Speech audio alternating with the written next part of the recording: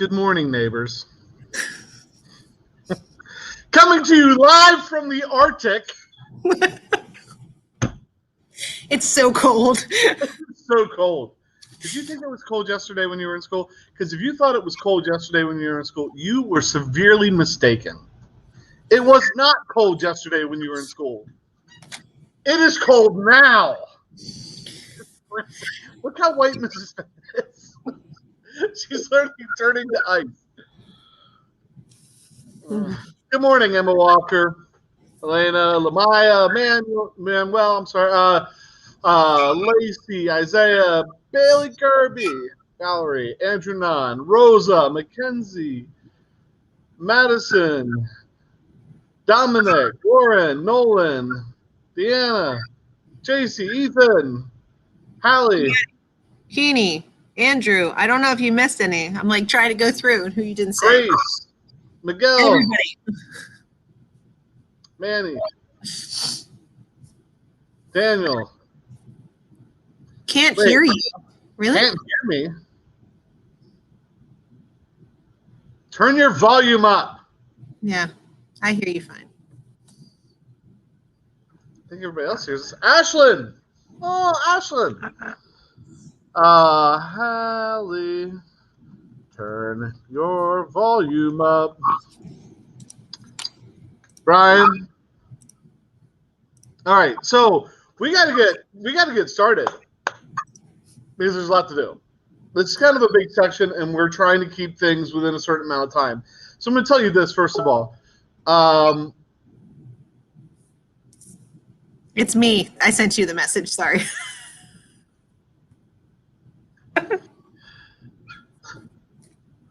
Get a blonde moment.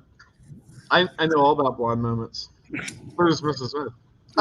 So here's what I want to tell you.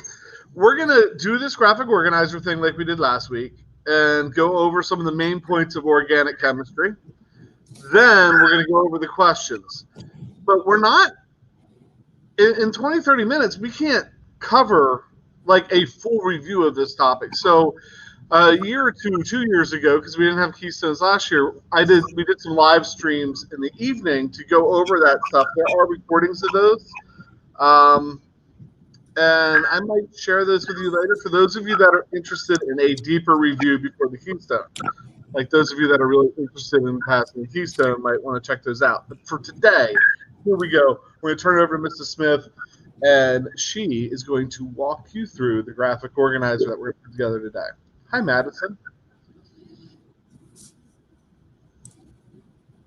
Bada bing, bada boom. Ready? Ready. I'm going to make it nice and big. Boom. That didn't work. There you go. Okay. Now you're nice and big. So today we're going over the chemical basis of life. And so whenever we're talking about chemistry and living things, we're talking about organic molecules. And so there are 4 categories or macromolecules that we've been talking about all year. And so our graphic organizer is simply going to be that. Now, I want to remind you, when we're doing these graphic organizers, just like Mr. Studer said, we can't go through everything. But what I'm trying to do and what we're trying to do is trying to give you something that when you walk into the day of the Keystones, that you can do this in a couple of minutes, and it gives you a cheat sheet for questions on the Keystone exam. Mrs. Smith. Okay, so go ahead. What? Just real quick. Also, keep in mind that you should be making these graphic organizers. What we're going to collect from you at the end of this whole thing is your packet, your graphic organizers, and your proof that you were at live streams to give you that big kind of bonus that helps your grade. All right, go ahead. Exactly. Sorry. Okay, so we have 4 macromolecules. So what I'm going to do is I'm going to fold this in half just 2 ways. Okay, and so then I have this nice, easy graphic organizer, bada bing, bada boom, for our 4 that Lauren put in the chat already. And so I'm going to be putting on here, and I'm just going to go in the order that she wrote them. Proteins, carbohydrates, nucleic acids, and lipids. And so all of these are the 4 macromolecules that we've been talking about. And again, some very, very quick things that we know about them. So on each of them, I'm going to put the monomer. I'm going to put the polymer. I'm going to put an example or examples.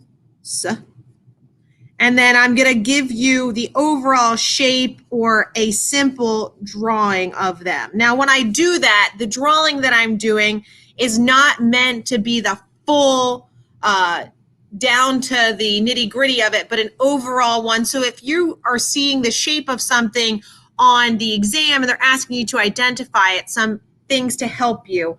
And then the last part is going to be the elements that you're going to find in that. So for example, if I start with proteins, the monomer of a protein is going to be an amino acid.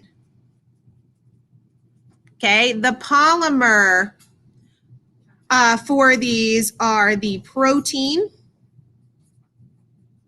or we could call this a polypeptide. Because technically a protein is when it's fully formed and folded, and a polypeptide is just amino acids bonded together. So a good example of this would be something like an enzyme, a transport protein that we would find when we talk about cellular respiration, when we talk about photosynthesis. Okay, the overall shape of it, whenever I draw a protein, it kind of just looks like a little mess like this because I know that it is folded. Or you can say it's a chain of amino acids together that are then folded into that shape. And for proteins, we know all of the macromolecules involve carbon. That's the big one. They all have hydrogen. They all have oxygen. Proteins, you're going to be finding that they have nitrogen in them. And then the thing that distinguishes the protein from the other 3 are the fact that it has sulfur. So if you see sulfur in a diagram, then you know that it's probably talking about a protein. So that is a quick rundown of a protein. For carbohydrates, the monomer of a carbohydrate is a monosaccharide.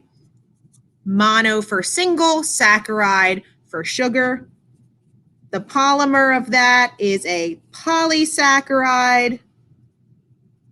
Some examples that we deal with a lot are glucose is a really good one that we deal with. Also, ribose is a sugar that is part of a nucleic acid. Deoxyribose is a sugar that's part of the nucleic acid.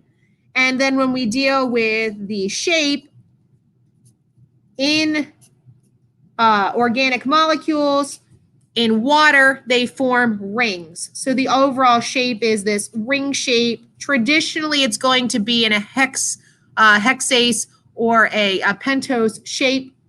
Just realize that they can give you an example where it's not in a circle. But overall, that'll kind of help you. And then for carbohydrates, C, H, and O are what are going to make up carbohydrates. You're not going to find phosphorus in it. You're not going to find sulfur in it. You're not going to find nitrogen in it.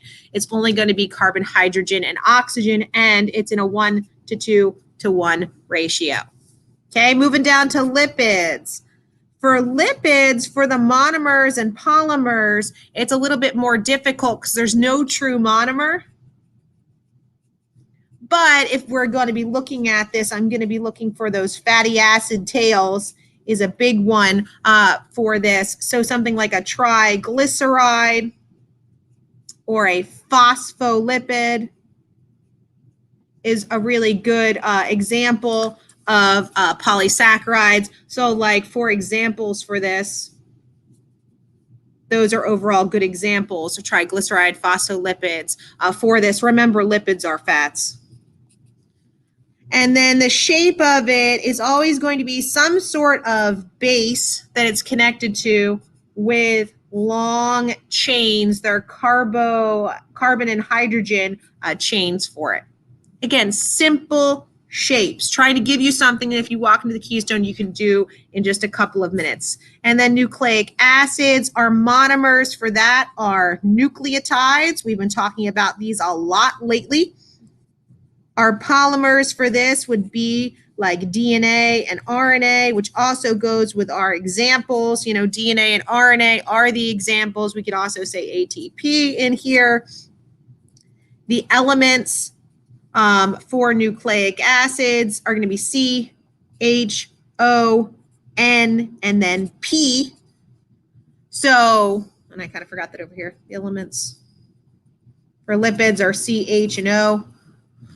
For this one, so if we see nitrogen, again, we're able to separate into a 50-50 shot, and then we're looking for the phosphorus or the sulfur to be different for the nucleic acids versus the proteins. And then the shape, I always like to draw my pentose sugar. I like to draw my base and my phosphate group as the basic shape of a nucleic acid. And then we can also, of course, talk about our DNA shape, our long strands wound together, or our nice mRNA shape that we've been talking about. So overall, this gives us just a quick view of doing this fast to go over our 4 different macromolecules. But that's something that you should be able to do and to go over very, very quickly for the exam.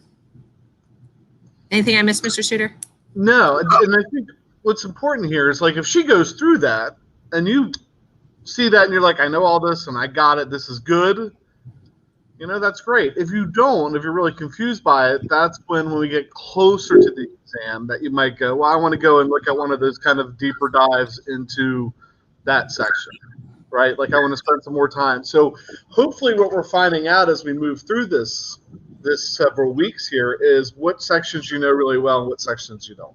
And then what do you want to spend more time on? I thought it was really interesting when Mrs. Smith was going over that. When she went over the proteins, I thought about the fact that you guys have been making proteins this week during translation and putting amino acids together. So that should be kind of fresh in your mind. I thought it was interesting that we've been making nucleotides and making DNA and RNA molecules the last couple of weeks. That should be fresh in your mind. We just got done with homeostasis, so the whole fat thing, the whole lipid thing should be kind of fresh in your mind. Same with proteins. We did homeostasis, and you had the proteins in the cell membranes, right? So the transport proteins and stuff. We did bioenergetics before that, where we talked about, you know, the glucose molecules and stuff like that. So, like, we spent a lot of time in the beginning of the year on this section, but it's always been coming back to this stuff. We've been coming back to it over and over and over again. So hopefully you got it. So why don't I go ahead and share my screen and bring up the questions that you were supposed to do this week, and let's see how you did. Because this is a tough, the essay, I thought the essays on this might be kind of tough. So I'm going to share screen.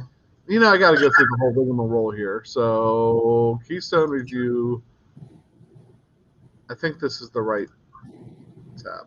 Mr. Suter, do you want to share the link now for attendance? Sure. And you texted that to me? Yes, that's what I sent to you. Copy.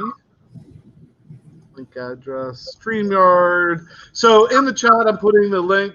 So maybe take a second, click on that, pull that up, and sign in so we know you were here today during the live stream. That will close when the live stream is over. So here we go. Let's talk about these questions. I got to switch computer screens to do that. So Ag Career Assessment number 2, Chemical Basis of Life. They give you some of that background, the big ideas and stuff. We're going to jump right into the first question here, which is kind of a weird one. Seeing that, Mr. Shooter. What's up? We're not seeing you scroll through. You're not seeing me scroll through? No, it's still at the top, module 1.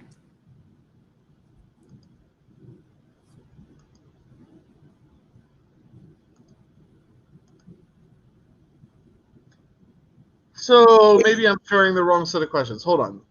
Stop share screen.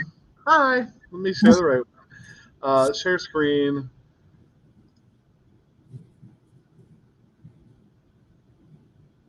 It must be this one.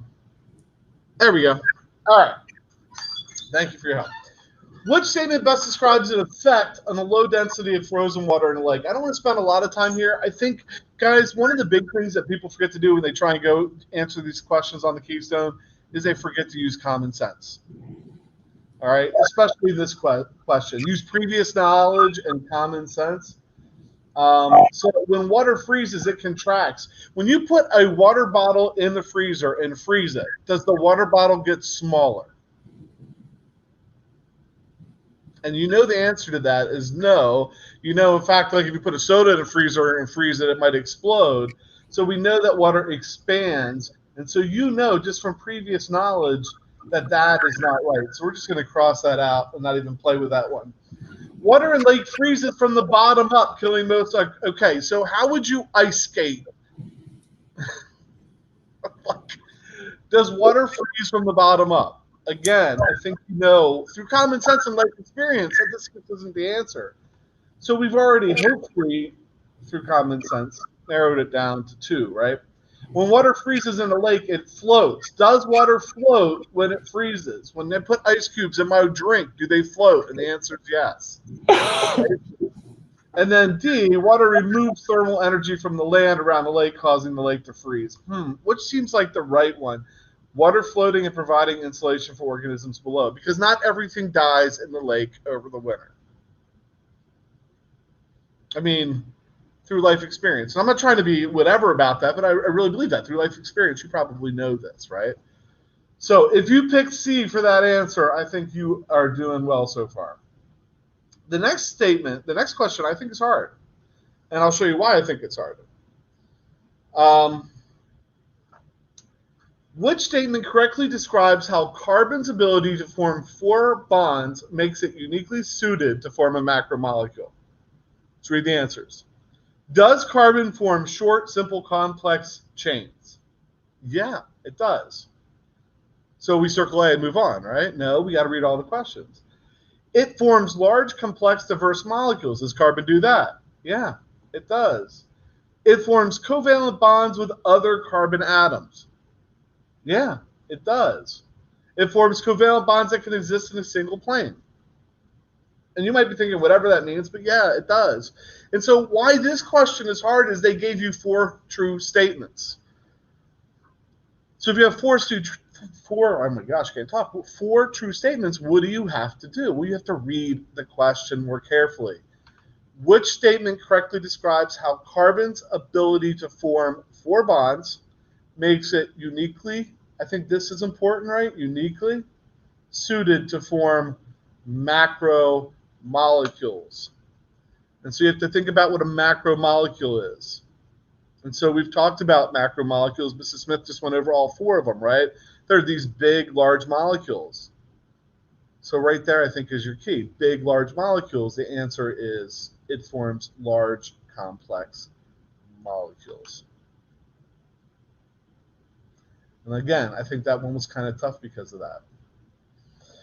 Use the diagram below to answer the questions. All right, what do we have? Before you even look at the question, I would look at the diagram and really try and dissect it. So I have this molecule of 1, 2, 3, and they show me a hydrogen and an OH on one side, and that is being added. There's a plus, an OH, and a molecule 4.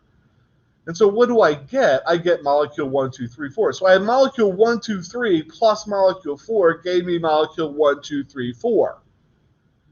So I put something together. But also notice this HOH pair right here came out in the form of water. So I put something together by taking water out. Put something together by taking water out. What's the question? The diagram shows a reaction that forms a polymer of 2 monomers. What type of reaction, what is this type of reaction called? Glycolysis. Well, what do I know about glycolysis? Lysis means to cut. Hydrolysis. Lysis means to cut. We didn't cut, we put together. Photosynthesis. Well, synthesis means to put together. Photo means light. Do we use light there? I think so. What's dehydration mean? To take water out. What's synthesis mean? To put together. You see where we're going here? I'm going kind of quick because of our time, but Hopefully that's making sense. To put together by taking water out. All right, next. Man, this is a big one. Carbohydrates and proteins are two types of macromolecules. Which functional characteristic of proteins distinguishes them from carbohydrates? How are proteins and carbohydrates different? If we go back to what Mrs. Smith was talking about, proteins are things like enzymes and transport proteins in a cell membrane. Carbohydrates, quick energy, right? Sugars. So large amount of stored information. If we had more time, I would have you in the chat tell me what carries stored information, but you should know that's DNA, right? DNA carries the directions, right? So if it's DNA, that's out.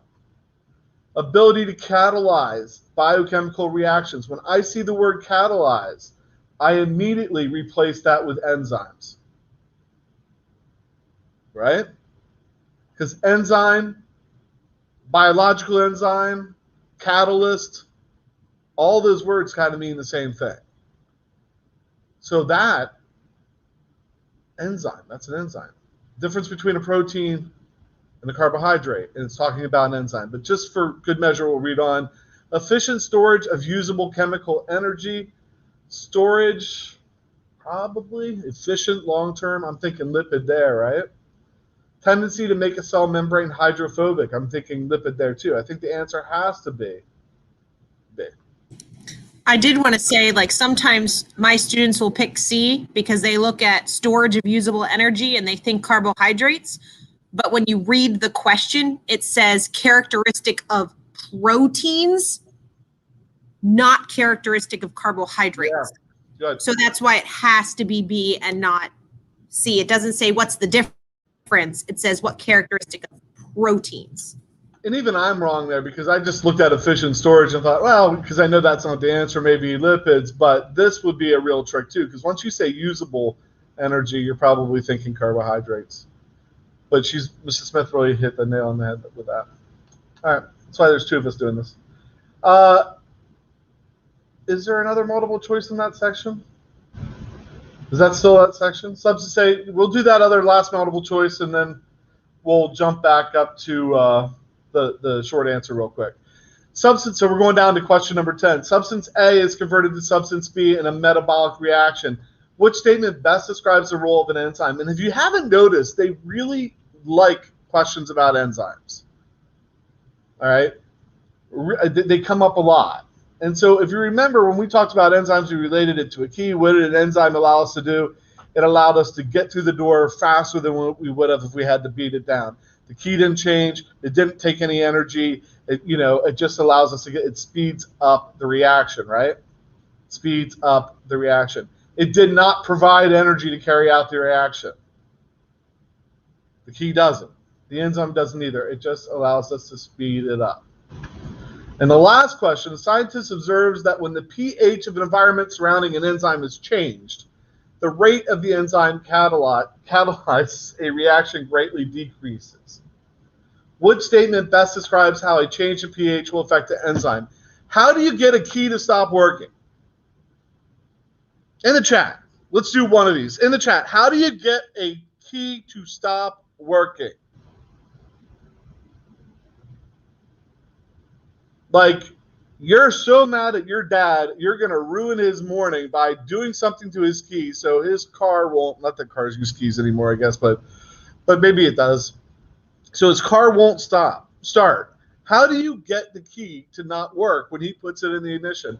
Or you're so mad at your little brother that you're going to make sure his afternoon's ruined because you know he's going home by himself today and he has a key to get in, but you're going to, yes, I'm seeing it, change its shape, change its shape. It's the same thing with an enzyme. Heat, pH, change shape of the enzyme, it no longer works. Shape is the important thing. We can't stress it enough. If you remember shape, it's kind of like we've been saying all along. If I say energy, you say ATP. So if you see a question about energy, think ATP. If you see a question about ATP, think energy. If you see a question about enzymes, think shape, right? Think shape. All right, last thing. We're almost there. Maybe Mrs. Smith and I can work together on this a little bit to make it go quicker. I don't know. Proteins, a major part of living cells and have many different functions. within each cell. Carbohydrates also produce numerous roles in living things. Describe the general composition of a protein. Mrs. Smith gave it to you on her chart. She still has her chart up. I'm going to solo that real quick. Protein made of a bunch of amino acids put together. If you say amino acids and you say that they're put together in a chain and you say folded, you'll be golden. You could throw in polypeptide if you want, but the big thing is a bunch of amino acids in a chain and folded into a protein. You're good. And again, it took a couple of minutes to do this. When I get to this open-ended question, I have a cheat sheet. It's like taking in notes with you. You just pull that up, and it's there for you to write your open-ended question. Describe how the structures of a protein differ from the structures of a carbohydrate. So, again, you already have made of amino acids, it's made into a polypeptide, and it's folded. All you got to do is go over, well, what's a carbohydrate like, right? Made of a bunch of monosaccharides. They're in a ring shape. Yeah, go ahead, Lisa, if you want to add to that. No, I was just going to say, you could talk about, that the shape of a carbohydrate is a ring. You could talk about that the shape of a protein is folded. You could talk about elements that make up the composition. There's lots of things that you could talk about. That's right. There's no peptide bonds in carbohydrates. Carbohydrates have carbon, hydrogen, and oxygen. Proteins have carbon, hydrogen, oxygen, and nitrogen, right?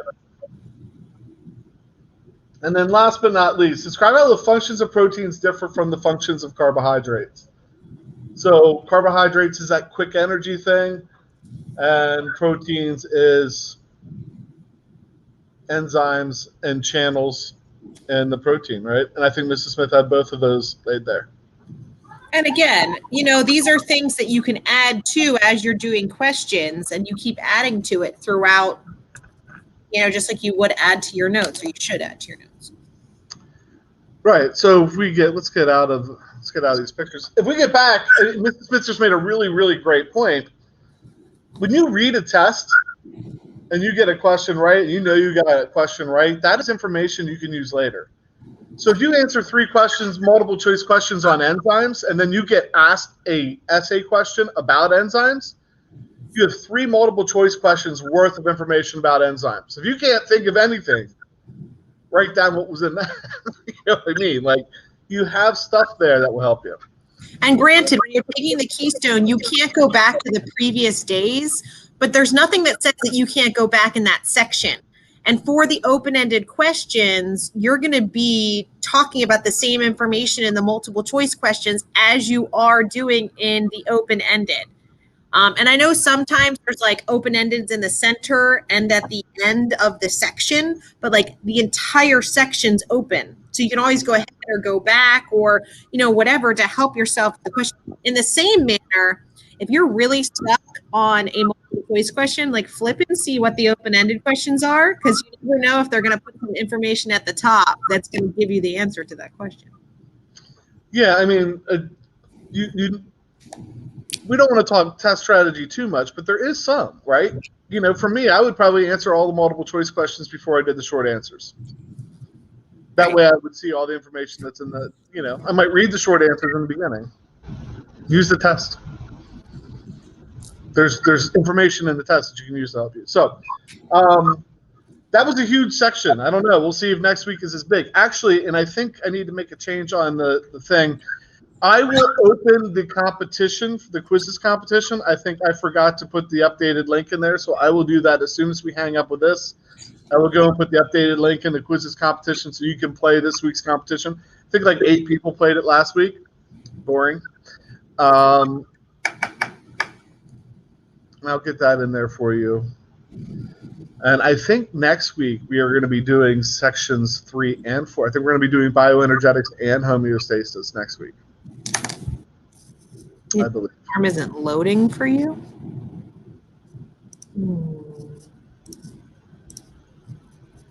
Wait, what was the answer to the last? What was the last question? The last multiple choice or the last what? Last multiple choice was A. So right. Anything else?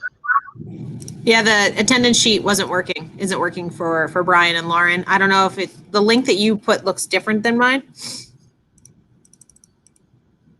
Did I put the wrong link?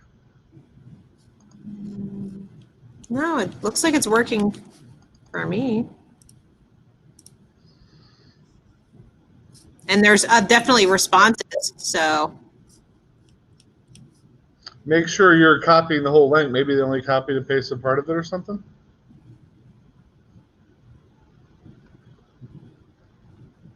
All right. If you're having problems, email us. And with that, I think anything else, Mrs. Smith? That was a brain dump today. Yeah, it's a lot. All right.